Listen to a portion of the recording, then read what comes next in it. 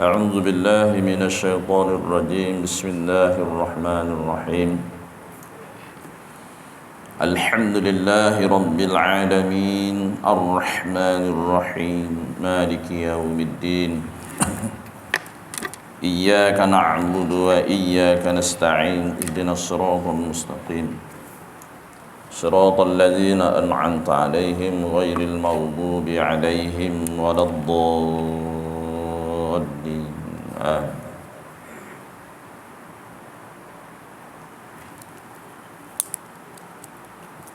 بسم الله ما شاء الله لا يسوق الخير إلا الله بسم الله ما شاء الله لا يصرف السوء إلا الله بسم الله ما شاء الله لا يأتي بالحسنات إلا الله بسم الله ما شاء الله ما كان من نعمة فمن الله بسم الله ما شاء الله لا حول ولا قوة إلا بالله الحمد لله الحمد لله الذي هدانا لهذا وما كنا لنهتدي لولا أن هدانا الله أشهد أن لا إله إلا الله وحده لا شريك له وأشهد أن سيدنا محمدا عبده ورسوله أرسل رسوله بالهدى ودين الحق ليظهره على الدين كله وكفى بالله شهيدا سبحانك لا علم لنا إلا ما علمتنا إنك أنت العليم الحكيم رب اشرح لي صدري ويسر لي أمري واحلل عقدة من لساني يفقهوا قولي اللهم صل وسلم على سيدنا محمد النور المذهب للنسيان بنوره وعلى آله في كل لمحة ونفس عدد ما وسعه علمك آمين اللهم صل على سيدنا محمد الفاتح لما أغلق والخاتم لما سبق ناصر الحق بالحق والهادي إلى صراطك المستقيم وعلى آله وصحبه حق قدره ومقدار عظيم الصلاة والسلام عليك يا سيدي يا رسول الله خذ بيدي قلت حيلتي أدركني الصلاة والسلام عليك يا حبيب الله الصلاة والسلام عليك يا أول خلق الله وخاتم رسول الله السلام عليك يا سيدنا المهدي الخليفة الله السلام عليك يا سيدنا الخدير بليا بالملك أبا العباس اللهم إني أسألك بنور وجه الله العظيم الذي ملأ أركان عرش الله العظيم وقامت به عوالم الله العظيم أن تصلي على محمد ذي القدر العظيم وعلى آل نبي الله العظيم بقدر عظمة ذات الله العظيم في كل لمحة ونفس عدد ما في علم الله العظيم صلاة دائمة بنا ومن العظيم تعظيما لحقك يا مولانا يا محمد يا ذا الخلق العظيم وسلم عليه وعلى آله مثل ذلك واجمع بيني وبينه كما جمعت بين الروح والنفس ظاهرا وباطنا يقظة ومناما واجعله يا رب روحا لذاتي من جميع الوجوه في الدنيا قبل الآخرة يا عظيم قال الله تعالى في القرآن العظيم بعد أعوذ بالله من الشيطان الرجيم يا أيها الذين آمنوا اتقوا الله حق تقاته ولا تموتن إلا وأنتم مسلمون صدق الله العظيم. Hormati lagi dikasih Tuan Pengurusi Masjid, Tuan Barisah Pegawai dan ahli jawatan kuasa Masjid, tuan-tuan imam, tuan bilal, tuan-tuan dan puan-puan muslimin, muslimat sidang jemaah rahimakumullah. Apa khabar semua tuan-tuan dan puan-puan? Alhamdulillah, syukur kita panjatkan kepada Allah SWT. Mana Allah begitu banyak menggunakan nikmat kepada kita. Nikmat kesihatan,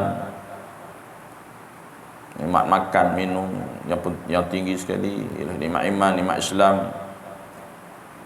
Maka dan kita sentiasa melahirkan kesyukuran zahir dan batin kita kepada Allah Subhanahu taala, syukur sungguh-sungguh kerana kita dipilih oleh Allah Subhanahu taala sentiasa mengingati Allah.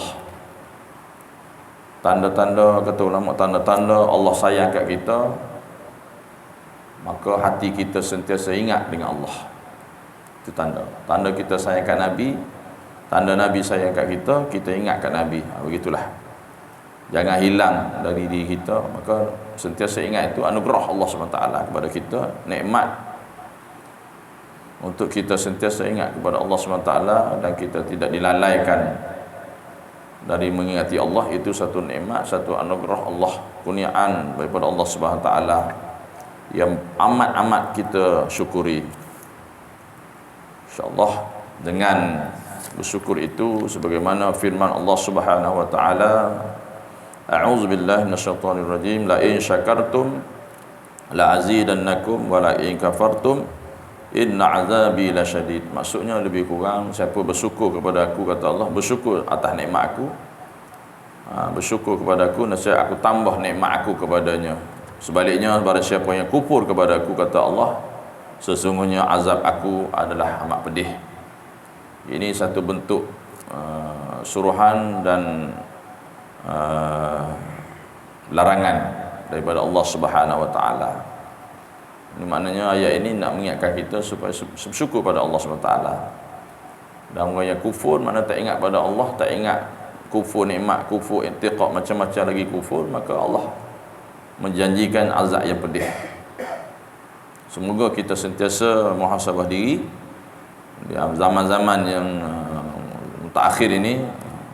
Tanda-tanda kiamat begitu banyak sekali, tanda kecil mungkin dikatakan semua sudah berlaku. Maka kita akan pergi ke fasa yang kedua, menunggu kiamat yang besar, itu al-lamatul kubra, al-alamat besar. Maksudlah kemunculan Dajjal, Imam Mahdi dan sebagainya. Bila dah pertama berlaku depan mata kita, atau kita mendapat perkhabaran, yang pertama itu tanda-tanda kiamat tu sudah ada, maka bersiaplah kita untuk menghadapi kiamat yang akan tiba. Mantapkanlah iman kita, takwa kita kepada Allah SWT. InsyaAllah kita esok nak pergi meninggalkan dunia ini dengan amal-amal soleh, insyaAllah. Tuan-tuan dan puan-puan, muslimin muslimat sidang jemaah sekalian, kita sambung lagi pengajian tasawuf. Ini semoga kita dapat amalkannya, mendidik hati kita. Apa yang kita pelajari ini, niat adalah hati kita untuk kita amalkan. Pada muka surat 78 membicarakan anggota perut.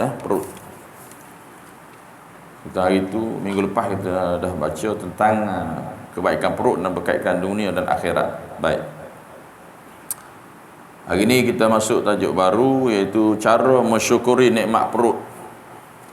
Okey. Qala musannif wa nafa'ana bi ulumihi fid darain, amin rabbal alamin. Semoga Allah memberkati tuan-tuan guru kita, amin rabbal alamin.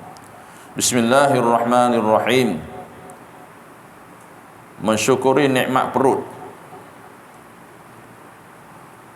Nikmat perut. Dan perut kita ni, kita tahulah, adanya usus kecil, adanya usus besar. Perut ini adalah merupakan kilang kita punya makanan. Kilang, bila sebut kilang ni, ada yang bersih, ada yang tak bersih. Dan juga perut juga dikatakan, menurut taubik Arab, dia kata perut kita ni adalah kilang penyakit. Kena jaga. Mensyukuri nikmat perut ialah dengan menjaganya daripada memakan makanan yang haram. Itu nak jaga nikmat perut tu, makanan yang haram, ya, dan yang syubhat.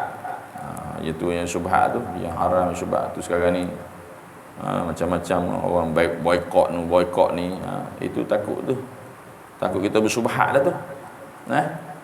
Syubhat ni iaitu samar, yang mana kita sedia maklum hadis yang masyhur, iaitu al-halalu bayyinun. Bisa dengar, al-halalu bayyinun wal haramu bayyinun.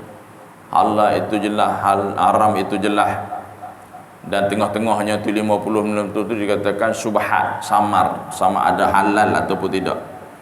Menurut ulama, maknanya orang yang berhati-hati daripada makanan yang haram, takut terjatuh dalam makanan yang haram ni, maka yang sama pun dijaga, syubhat pun jaga.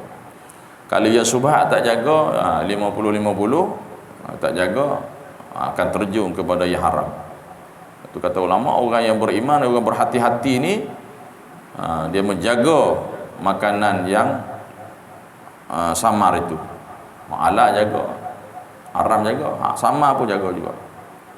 Kata sebenarnya ulama mengatakan, seumpama kita ni melintas satu jambatan sungai, melintas, mana kita berhati-hati meniti di atas tiang itu, takut kita terjatuh ke dalam sungai, dalam parit itu. Itulah perumpamaan orang menjaga para perkara yang samar. Kalau tak jaga yang syubhat, pasti dan pasti akan masuk kepada yang haram. Dia katakan yang syubhat itu iaitu tidak diyakini, mana tak yakin, maknanya zon, syak, sama ada halal atau haram, serta tidak makan terlalu kenyang. Itu kadang-kadang ada ustaz melawak kan, halal ke haram, halal ke haram, tak apalah, hailam.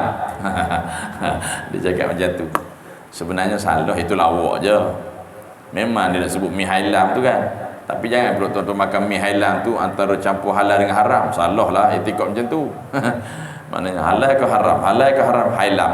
Maksudnya bahasa sindiran tu. Maknanya kita tak yakin sama ada halal atau haram, kita pun makan. Seumpama makan mi hailam macam tu. Boleh jugalah buat lawak gitu kan.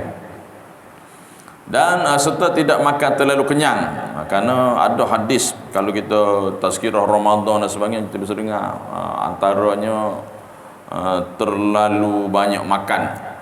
Ini juga berkait dengan tasawuf, banyak makan. Antara kesan, efek kepada kita tuan-tuan, banyak makan ni antaranya penyakit lah. Dan kesan kepada rohani kita, kalau kita banyak makan ni antaranya apa? Malas beribadat. Bila makan banyak, malas beribadat. Pasal apa? Kenyang. Cuba tengok orang lepas makan kenyang, apa? Apa kita tengok? Kira nak lena. Kira nak lena. Betul kata orang melawak tu. Jangan lupa lepas makan, jangan lupa cari kayu. Lepas makan cari kayu. Saya mula tu tak tahu apa dah lepas makan cari kayu. Rupa-rupanya lepas makan isap ukur. Tu rupanya cari kayu. Ingat masuk hutan pergi cari kayu, rupanya isap ukur. Lepas makan cari kayu. Kan bakat kayu tu kan. Setengah orang dia lepas makan dia lawyer, dia tak boleh dia biasa ni kena isap ukur. Ada setengah orang kan. Apatah lagi kalau bulan Ramadan. Dia melepas geram tu, buka puasa dia hentam 2-3 pucung kok. Lepas tagih. Tapi saya respect lah tuan-tuan, minta macam saya respect orang yang isap okok ni. Macam mana ketagihnya bila puasa dia boleh berhenti oh. Boleh berhenti oh. Nampak? Dia boleh berhenti sebulan oh. Dia berhenti siang lah, tapi malam nak tarawih dia tiba semacam. Tapi sekurang-kurangnya boleh berhenti oh. Kira rokok ni jangan. Orang kalau sehari tak isap rokok tak boleh oh. Tapi bulan Ramadan dia boleh berhenti, alhamdulillah lah. Tapi harap-harapnya boleh berhenti seterusnya lah. Macam tu. Macam saya sebut hari tu lah, marah kat Yahudi, marah kat Israel, Zioni. Lepas tu isap rokok 4-5 batang. Contoh. Mana boykot kan? Macam tu.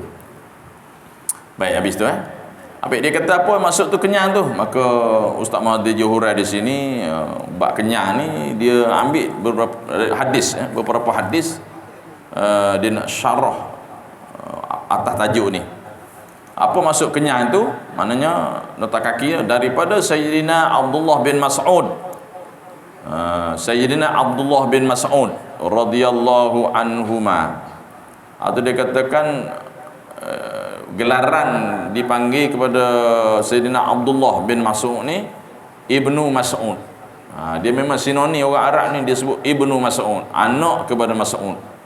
Mana kebanyakan dia disebutkan kepada bapa dia. Siapa dia? Ibnu Mas'ud. Anak Mas'ud tu siapa? Iaitu Abdullah. Kalau orang kata Ibnu Mas'ud, Abdullah bin Mas'ud. Ibnu Umar, Abdullah bin Umar. Macam tu biasa. Boleh guna macam tu. Rasulullah sallallahu alaihi wasallam bersabda, dia kata al istihya'u minallahi haqqal haya' an tahfazar ra'sa wa ma'a wa'a wa tahfazal batna wa ma hawa. Ini dia kata apa? Sifat malu pada Allah Subhanahu taala yang sebenarnya. Malu ni apa maksud kita malu dengan Allah? Malu kalau kita tak buat ibadah, malu kita buat dosa. Tu maksud malu tu. Malu kita tidak berakhlak dengan Allah Subhanahu taala. Mana malu? Malu ini adalah sebahagian daripada iman.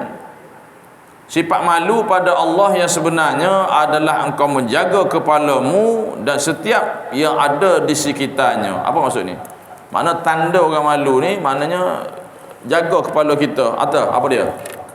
Yang zahirnya apa? Mata. Jaga mata kita di kepala. Jaga telinga kita. Jaga hidung kita. Jaga mulut lidah kita. Itu kepala tu, di sekeliling, di sekitarnya tu. Itu zahirnya. Yang batinnya jaga otak. Jaga otak kita supaya tidak berfikir yang jahat-jahat. Tu makna kepala ni Allah nugerahkan ni banyak mana fungsi dia ni, kepala ni. Tengok sesuatu, mata bawa ke otak, saraf optik tu bawa ke hati. Dengar, telinga dengar, bawa ke otak. Hidung bau, bawa ke otak. Mulut bawa ke otak. Ni maknanya otak ni. Tu fikiran, akal tu. Sebab itulah specialnya kita, bezanya kita, kata ulama, kita dengan binatang ni bezanya Allah bagi kita ni akal fikiran, sedangkan binatang tak ada akal fikiran. Allah bagi kita nafsu, binatang pun nafsu. Allah bagi kita akal fikiran, Allah tak bagi binatang akal fikiran. Tapi ada hadis mengatakan, kalau kita tidak menggunakan akal fikiran, ikut nafsu, maknanya bahayanya kita tu lebih daripada binatang. Betul? Sebut contoh, lembu, kambing, nafsu dia kira makan, dia tak kira pisang orang ke, pokok lekuah orang ke, dia sebab semacam. Sebab apa? Dia kira nafsu makan, dia tak ada akal fikiran. Contoh, saya nak bagi contoh. Tapi manusia ni ada akal fikiran.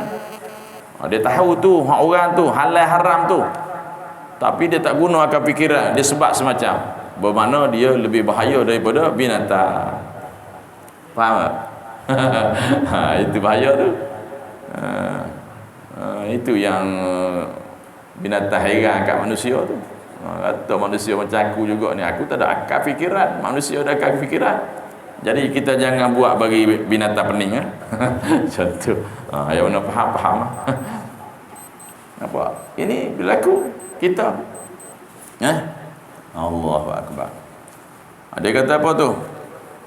Menjaga sifat malu, sebenarnya kita ni malu kepada Allah, jaga anggota kepala kita ni sekitarnya, sebut dah tu. Dan engkau menjaga perutmu, perut juga kena jaga, setiap apa yang ada di dalamnya. Maknanya nak masuk dalam tu kita malu dengan Allah SWT. Walaupun satu sen benda yang haram tak mau masuk dalam perut, malu pada Allah SWT. Dia kalau nak jaga makanan yang halal ni dua lah, kita tahu. Itu sumber pendapatan tu pastikan yang halal. Dan makanan tu sendiri, ain apa yang nak kita makan tu pastinya halal. Jaga halal lan thayyibah. Kita duk baca doa halal lan thayyibah, halal lagi baik. Kerana apa? Nak masuk dalam perut kita tu, dia akan pergi kepada proses, kepada darah, daging dan sebagainya. Akhirnya apa? Dia berkait dengan ibadah. Kan dalam hadis sebutnya kullu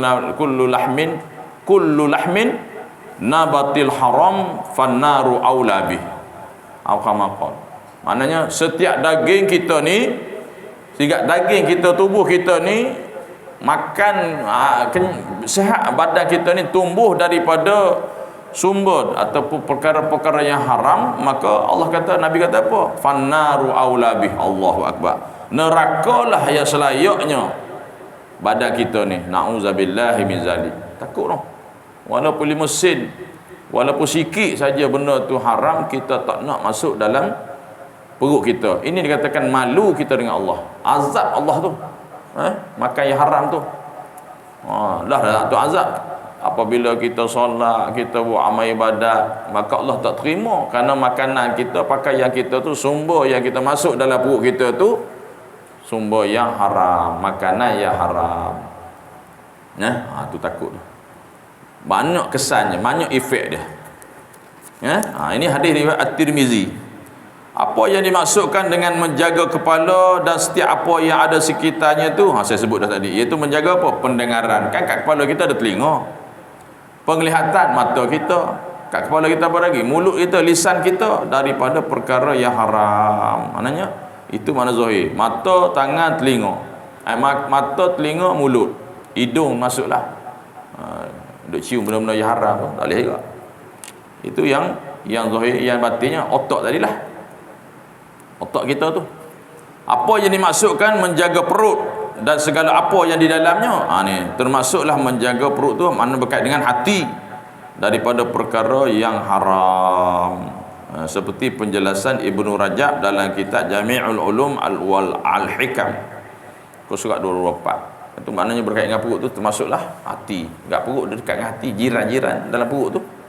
Nak jaga dua tu. Maknanya otak, kepala pun kena jaga, perut, hati pun kena jaga. Ini elemen yang besar untuk kita berhubung rapat dengan Allah SWT.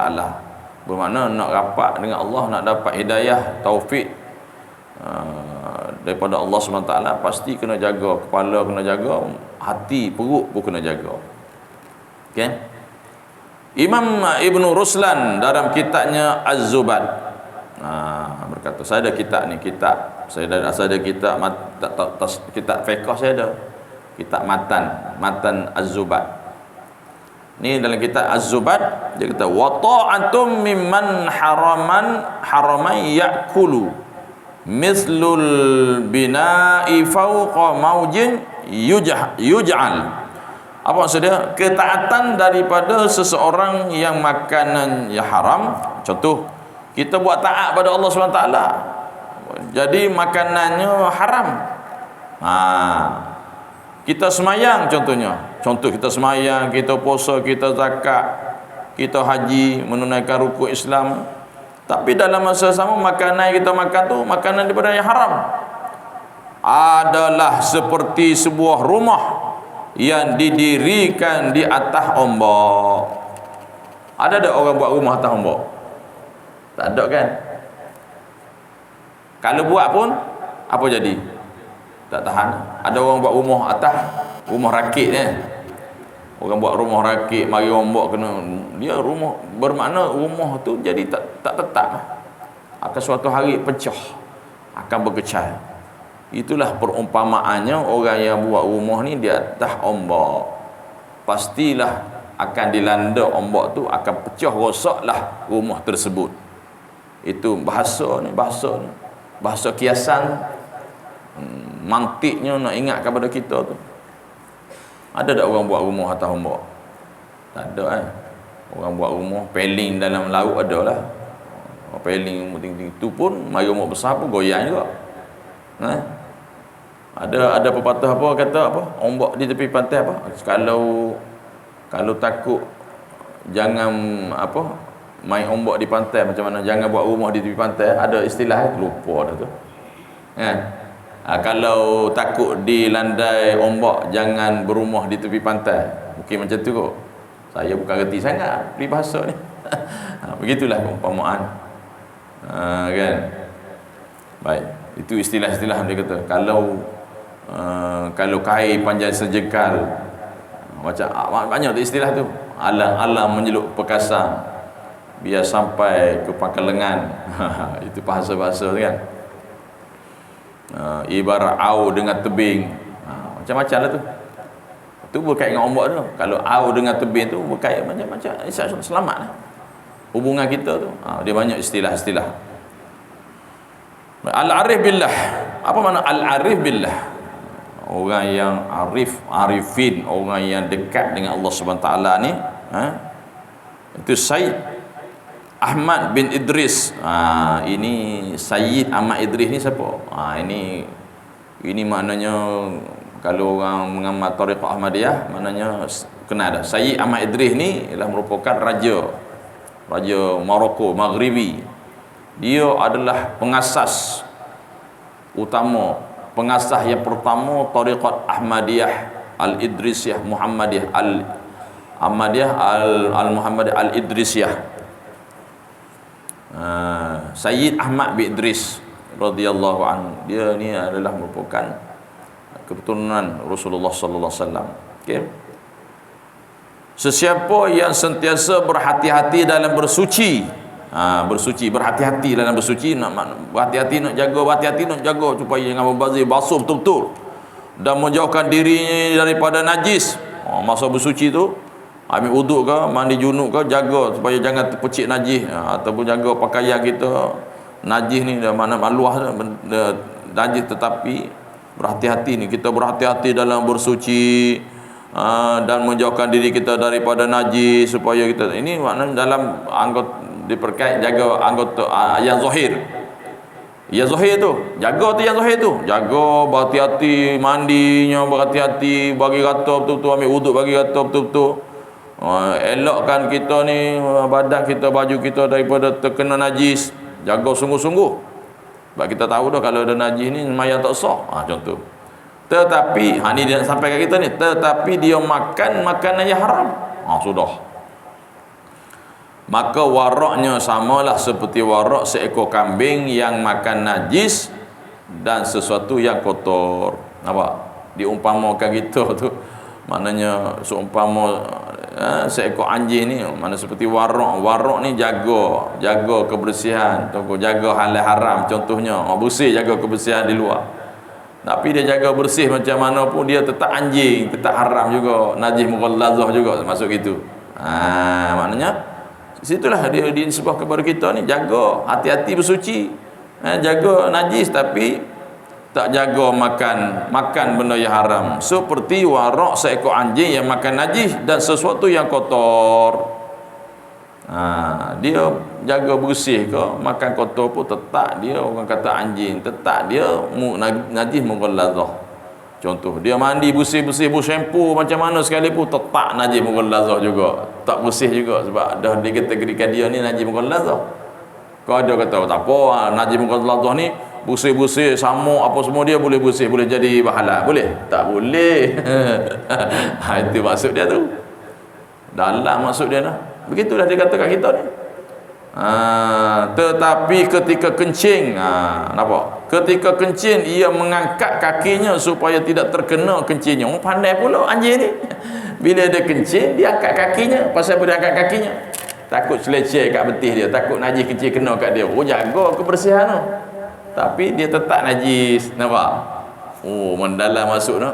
Begitu juga kita. Semaya rajin, puasa rajin, tapi duk masuk dalam perut benda yang haram, syubhatnya, rasuahnya, tak jadi apa. Seperti anjing tadi lah, kencing tapi dia kangkang kaki juga, dia pancuk kat pokok apa semua, kat tayar kereta contohnya, kat pokok. Pasal apa dia angkat kaki? Patutnya tak payah, aku dia dah najis, aku kencingnya biarlah kena najis, kencing kat kaki aku tak apa. Tapi tak, dia jaga tu. Kencing najis, jangan bagi kena kaki aku. Dia pancuk, dia kangkang, dia mengelakkan daripada kencing tu meleleh kat betih dia. Bersih, tapi dia tetap tak bersih juga. Itu maksud dia. Itulah kita lah. Ni dalam kitab Manhaj As-Sawi. 3 sebab kenapa perlu menjaga perut daripada makanan haram dan syubhat. Ni hebat ni. Apa sebab ni yang kita beria sangat supaya jaga perut ni daripada makan yang haram dan syubhat, yang tak nyata, tak jelas kata halal tu. Yang pertama dia kata takut kepada api neraka. Yang kedua, tidak mendapat pedoman yang benar dalam melakukan ibadah, jadi tersekat lah. Yang ketiga lagi teruknya, ibadah kita tidak diterima, tidak makbul. Allahu Akbar. Ini takut tu. Ada hadis mengatakan seseorang itu rajin beribadah kepada Allah SWT, puasanya rajin, tahajudnya rajin, zakatnya rajin, tetapi makanan dia makan daripada sumber yang haram, pakaian yang dia pakai daripada sumber yang haram, kereta motor yang dia pergi ke masjid sumber yang haram, maka segala-galanya Allah tidak menerima ibadahnya saja. Nampak? Nampak? Kita bawa motor, kita bawa kereta pergi masjid, motor tu menang loteri nombor ekor, tak jadi apa. Contoh. Sama baju yang kita pakai ni, baju itu yang hak zahir kita pakai untuk kita semayang, tapi kita semayang dalam keadaan bajunya pakai daripada sumber yang haram. Makanan pula kita makan, minum tadi makan satu pinggan, kerana apa? Makanan tu daripada duit riba, rasuah contohnya, maka tak terima ibadat kita. Allah tak terima. Oh, berat. Walaupun 1 sen, walaupun 5 sen kita makan yang haram, tetap Allah tak terima ibadat kita. Na'udzubillahi min zalik. Kesannya besar. Tapi kalau orang yang tak jaga, dia sapu semacam yang saya sebut tadi ya, halal ke haram, halal ke haram, belasah je halam. Habis. Kamu hendaklah bersungguh-sungguh menjaga perut kamu daripada yang haram dan syubhat, kerana 3 sebab ini adalah larangan Allah SWT dan juga larangan Rasulullah SAW. Ada dalil daripada Quran dan dalil daripada hadis. Kita tak lagi dah. Nak bujah, nak buat aku haram mesti rujuk kepada Quran dan hadis dan ulama. Yang pertama, takut kepada api neraka.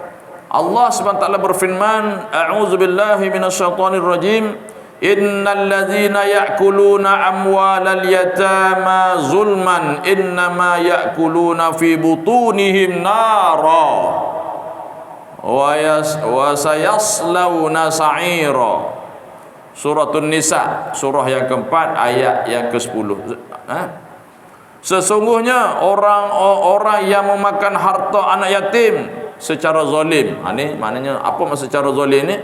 Maknanya dia menguruskan anak yatim, tapi dia ambil kesempatan untuk duit orang derma, duit anak yatim tu dia gunakan untuk buat rumah dia gunakan untuk beli kereta mewah, dia guna duit tu untuk kepentingan peribadi dia, beli rumah dan sebagainya. Makan zalim. Tapi setakat kalau makan, ambil duit tu mengurus untuk belanja makan dia harian ataupun untuk duit minyak kereta dia pergi sana sini, boleh lah. Mana yang zalim ni, yang mana yang zalim anak yatim. Orang yang mengurus anak yatim ni buat tabung usul ke sana ke sini, orang derma dalam banknya, tapi dia bagi ke anak yatim tu sikit lah, dia ambil ke dia banyak. Ni contohnya zalim lah tu. Sebenarnya mereka itu hanyalah menelan api ke dalam perut mereka. Allahu Akbar. Kita makan secara yang tak halal tu, makan harta anak yatim tu seumpama makan bara api neraka. Dan mereka tu yang memakan harta anak yatim tu, mereka pula akan masuk ke dalam api neraka yang menyala-nyala. Na'udzubillah min zalik. Ada orang buat macam ni?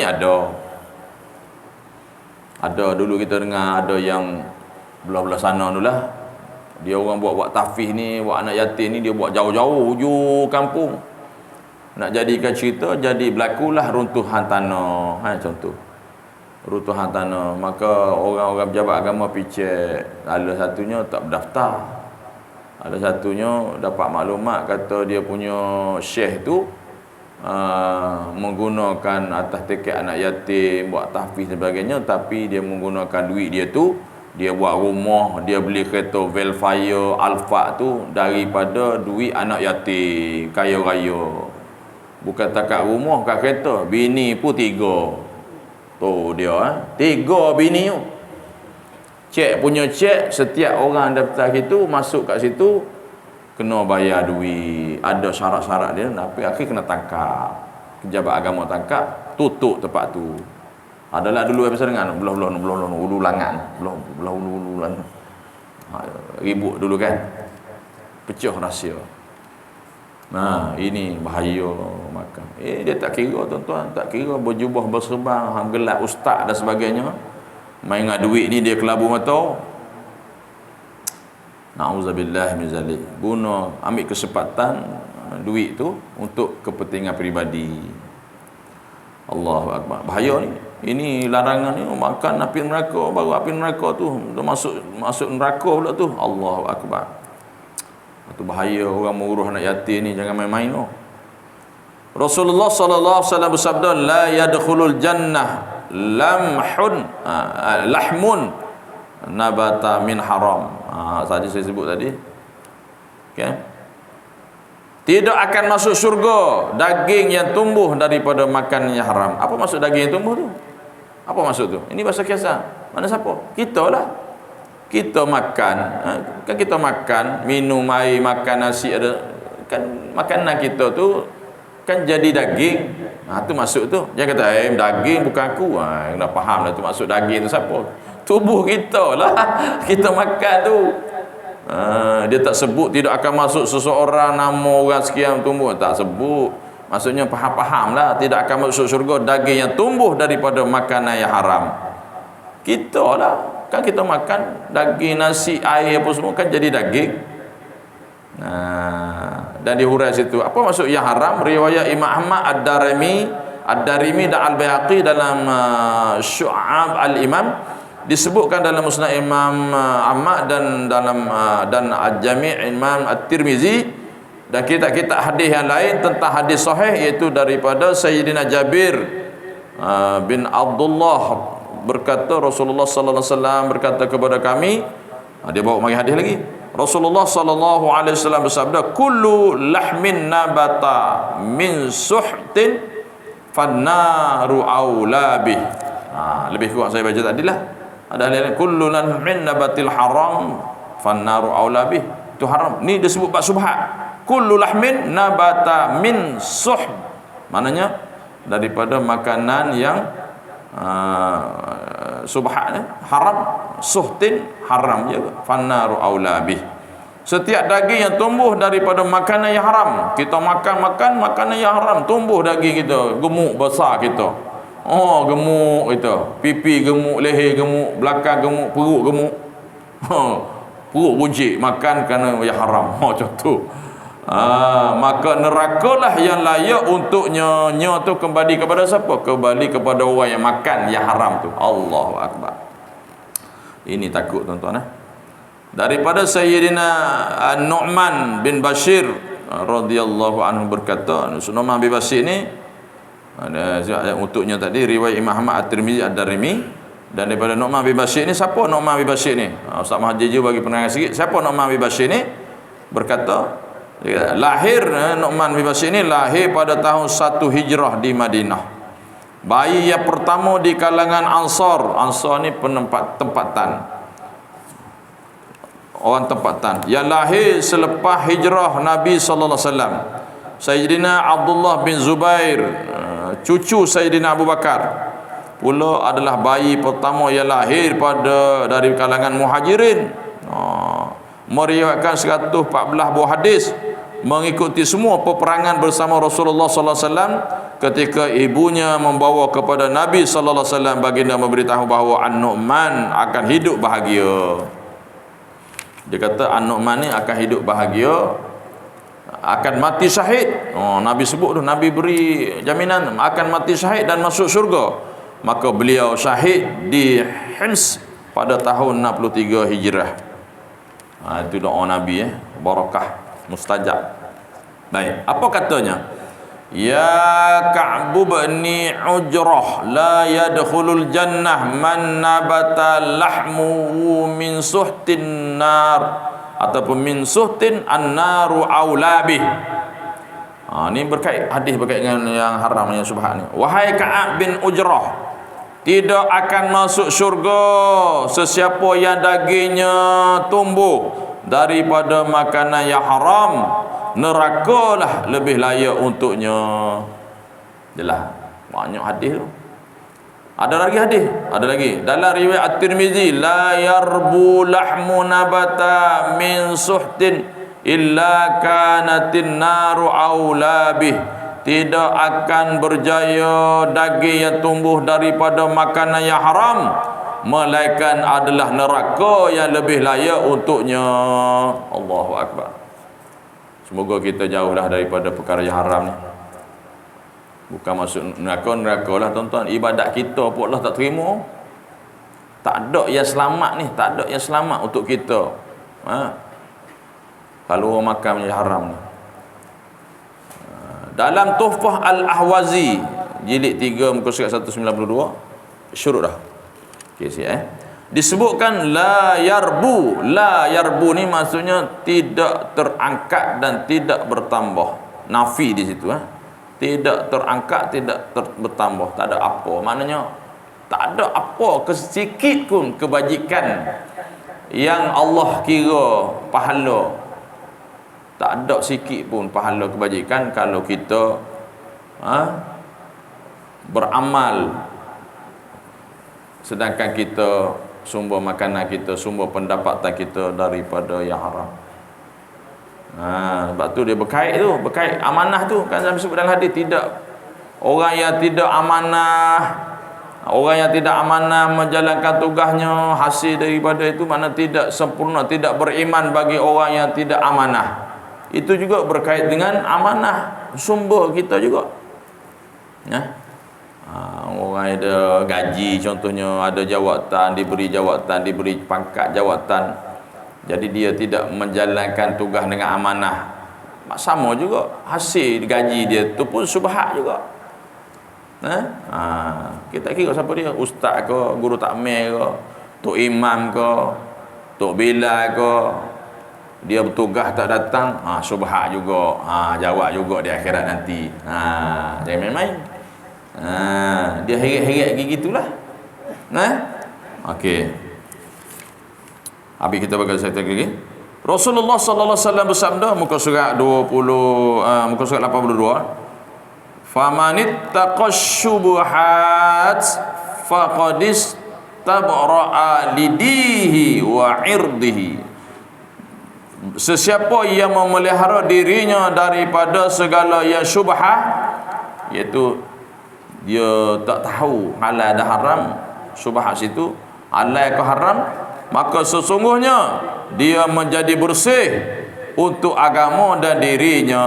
Namanya orang yang jaga ni tak jelas halal dan haram ni dia tak ambil, maka dia bersih, agama dia tu bersih dan dirinya bersih daripada dosa. Ni hadis riwayat Asy-Syaikhan. Asy-Syaikhan Bukhari Muslim. Okey. Tu baru yang pertama tuan-tuan. Yang kedua, tidak mendapat pedoman yang benar dalam melakukan suatu ibadah. Itu kesan daripada makan yang haram tadi adalah tidak patut bagi orang yang mengerjakan ibadah melainkan dia terlebih dahulu suci daripada segala kekotoran. Dan ada kekotoran. Jadi dia panggil bersih zahir dan batin. Kalau kita buat wuduk zahir dan wuduk batin. Yang pertama yang dilihat dengan mata seperti najis, kena jaga ain tu. Yang kedua, jika tak dapat dilihat dengan mata seperti hadas kecil atau besar, serta makanan yang haram dan yang subhat. Ini yang kedua, faedah menjaga perut tadi. Dia berkait dengan ibadah. Pastikan ni barulah ibadah kita diterima. Dan yang ketiganya apa tuan-tuan? Ibadah tidak diterima, tidak makbul, perutnya diisi makanan yang haram dan subhat. Orang yang makan makanan yang haram dan yang subhat ditegah daripada mengerjakan kebajikan. Tertegah, buat pun tak jadi apa. Jika dia mengerjakan juga, maka ia tidak diterima. Allah tak terima ibadat dia. Dia juga tidak mendapat apa-apa melainkan penat saja. Sembahyang tunggak-tunggak, puasa, letih puasa, melempek dengan macam kain buruknya, pergi umrah, pergi haji tiap-tiap tahun, umrah tiap-tiap bulan, tetapi makanan sumbernya daripada yang haram, sia-sia, tak dapat sikit pun pahala daripada Allah SWT saja ya, penat ya. Ni kena jaga betul-betul, bersih betul-betul barulah terima. Itu katakan bersih diri dan agama tadi. Rasulullah sallallahu alaihi wasallam bersabda, "Kam min qa'imin laisa lahu min qiyamihi illa ash-shahr wa kam min sha'imin laisa lahu min siyamihi illa al-ju'a wal zama." Ni berkait dengan puasa pula. Berapa ramai orang yang bangun malam tidak menjaga apa-apa daripada qiyamnya itu melainkan hanya berjaga malam, dan beberapa ramai orang berpuasa tidak mendapat apa-apa dari puasanya melainkan lapar dan dahaga. Pasal apa jadi macam ni?